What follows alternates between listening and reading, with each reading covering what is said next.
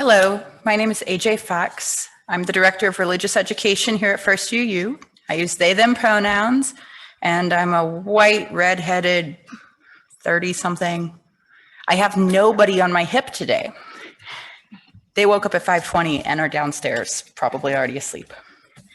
I'm going to share a version of a Jakarta tale brought from India into an English translation in 1922. The story exists in many versions and iterations, as folk and fairy tales often do. The story goes like this. Once upon a time, 4 young princes heard a story about a certain wonderful tree called a redbud tree. None of them had ever seen the redbud tree, and each prince wished to be the first to see it. So the eldest prince asked the driver of the king's chariot to take him deep into the woods where this tree grew. It was still very early in the spring, and the tree had no leaves nor buds. It was black and bare, like a dead tree. The prince did not understand why it was called a redbud tree, but he asked no questions. Later in the spring, the next son went with the driver of the king's chariot to see the redbud tree. At this time, it was covered with red buds.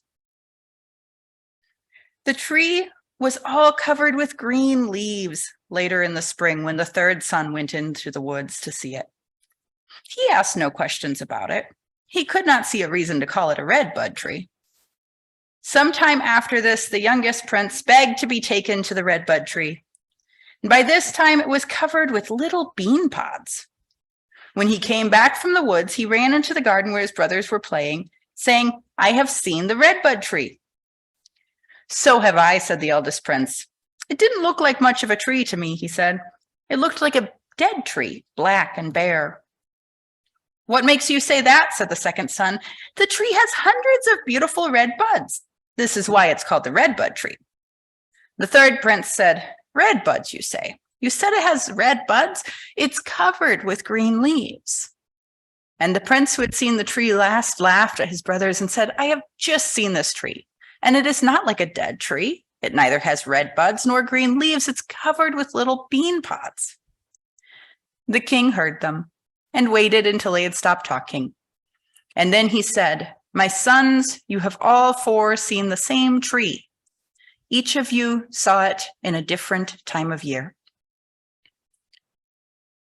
Just a few minutes ago, Reverend Michelle Scott Huffman asked us to consider the Festival of Faith questions.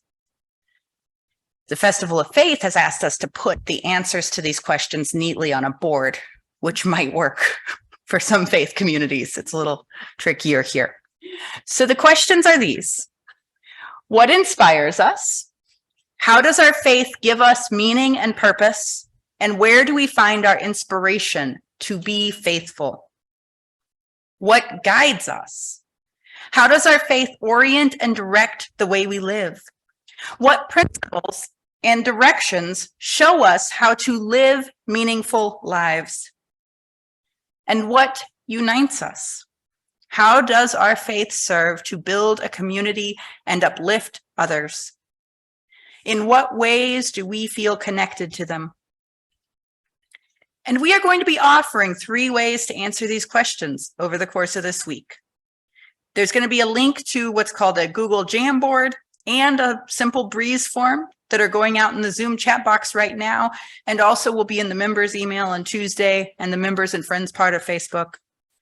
And in the sanctuary, we have a space for you to add notes, either with the sticky notes on the side or directly to the board with wipe-off markers.